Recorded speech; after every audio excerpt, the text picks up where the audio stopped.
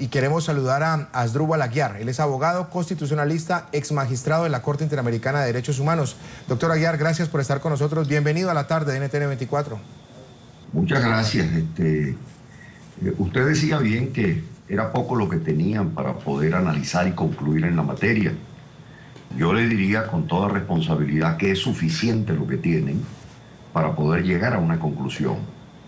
Y cuando hago esta afirmación me fundamento en las previsiones de la Convención Americana de Derechos Humanos.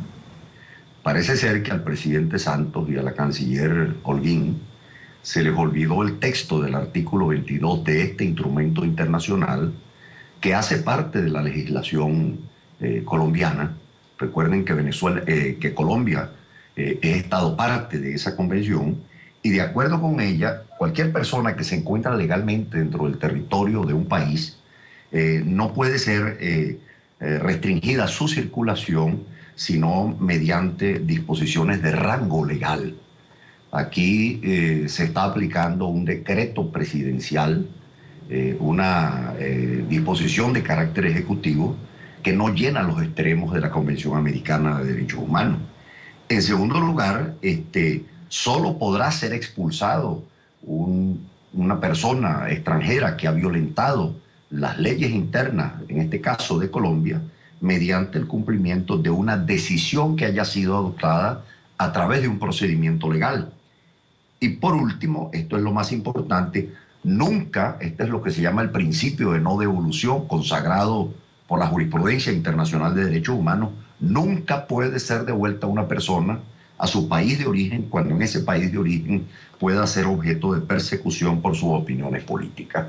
Así que el Estado colombiano de manera directa y de manera inmediata y en lo personal, las autoridades que integran la cadena de decisiones que hizo posible la expulsión de este ciudadano venezolano en términos automáticos y expeditos mediante un mecanismo de cooperación netamente policial, han violado el artículo 22 de la Convención Americana de Derechos Humanos de una forma palmaria.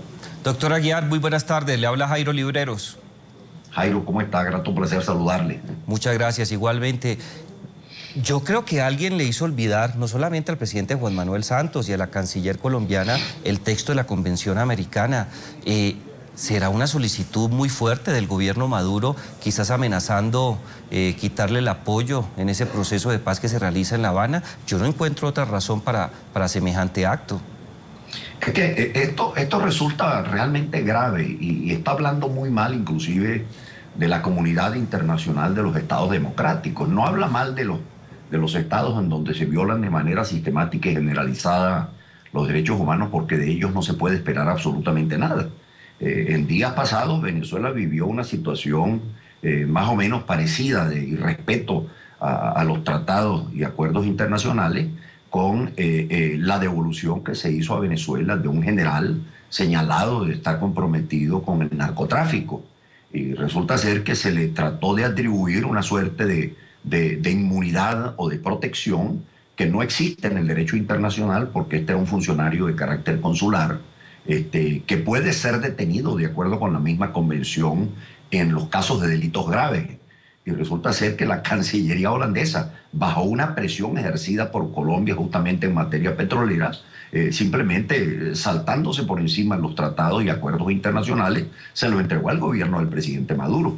Pero es todavía mucho más escandaloso en el caso de Colombia, porque Colombia es un país que tiene una tradición de respeto al Estado de Derecho, con un poder judicial reconocidamente independiente, en donde ha tenido colombianos muy ilustres que han hecho parte de la Corte Interamericana de Derechos Humanos. Yo compartí allí silla con el doctor Rafael Nieto Navia, para ponerle un ejemplo. El nuevo presidente de la Corte Interamericana es un colombiano, y que frente a un hecho de esta naturaleza se apele a una norma de carácter reglamentario, a un decreto de carácter ejecutivo, para obviar el procedimiento de extradición o de judicialización de una persona que puede estar señalada por las listas de Interpol. Sabemos que en Venezuela esas listas administrativas de Interpol están siendo nutridas fundamentalmente contra quienes son enemigos del proceso que controlan los cubanos en el país. Sí, sí. Y por eso muchos países poca seriedad le dan a esto.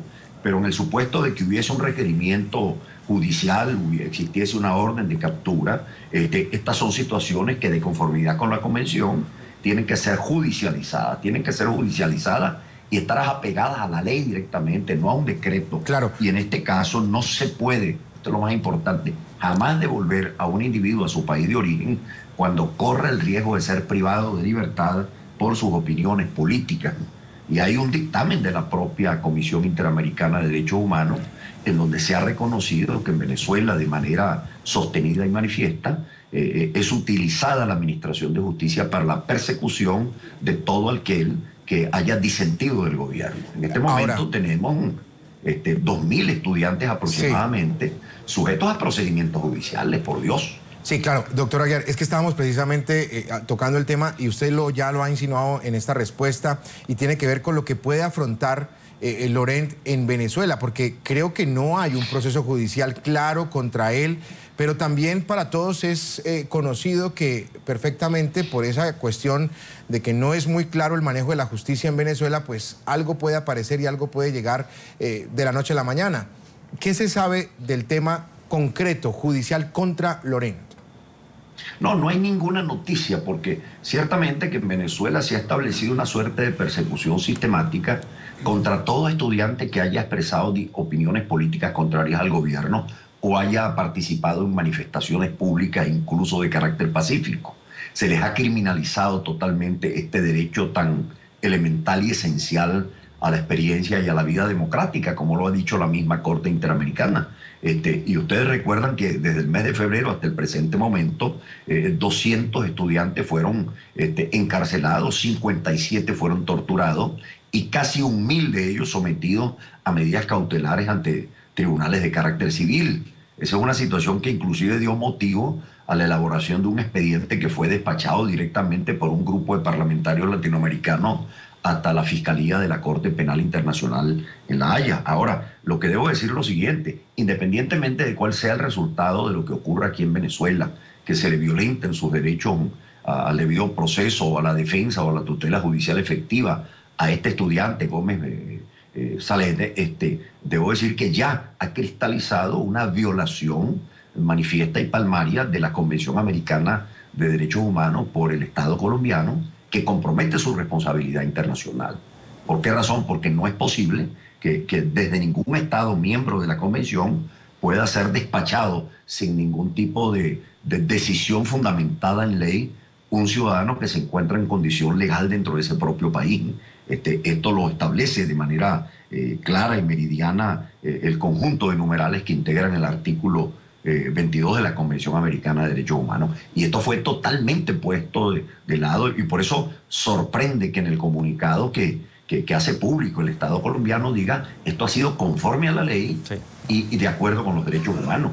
Ni conforme a la ley ni conforme a los derechos humanos. Muy bien. Porque fue conforme con una norma de orden ejecutivo que es violatoria de la misma convención. Muy bien, le agradecemos a Asdrúbal Aguiar, abogado, constitucionalista, exmagistrado de la Corte Interamericana de Derechos Humanos, por habernos acompañado esta tarde desde Caracas, en Venezuela. Muy amable por su tiempo, doctor Aguiar. Gracias a ustedes y saludos.